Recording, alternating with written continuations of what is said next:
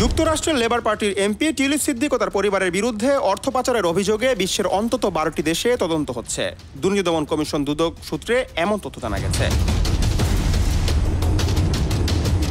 এ বিষয়ে দুদকের এক মুখপাত্র বলেন, শেখ হাসিনা ও তার পরিবারের বিরুদ্ধে তদন্তের অংশ হিসেবে 10 থেকে 12টি দেশের কাছে তথ্য সহায়তা চাওয়া হয়েছে। তবে টিউলিপের বিষয়ে কতগুলো দেশের কাছে তথ্য চাওয়া হয়েছে সেটি স্পষ্ট নয়।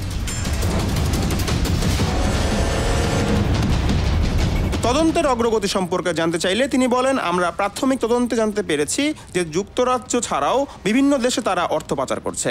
আমাদের দল পারস্পরিক আইনি সহায়তা চেয়ে বিভিন্ন দেশে তথ্য প্রমাণের জন্য অনুরোধ জানিয়েছে।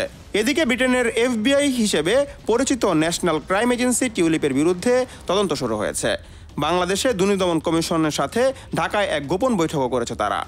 এর বিরুদ্ধে 3টি তদন্ত করছে দুদক। এগুলো হলো পারমাণবিক বিদ্যুৎ প্রকল্প থেকে লাভবান হওয়া, তার খালা সাবেক প্রধানমন্ত্রী শেখ হাসিনাকে পরিবার সদস্যের জন্য জমি বরাদ্দ দিতে প্রভাবিত করা এবং অর্থ পাচারের অভিযোগ। Hasibul Hossain Arnab, news 21 news desk.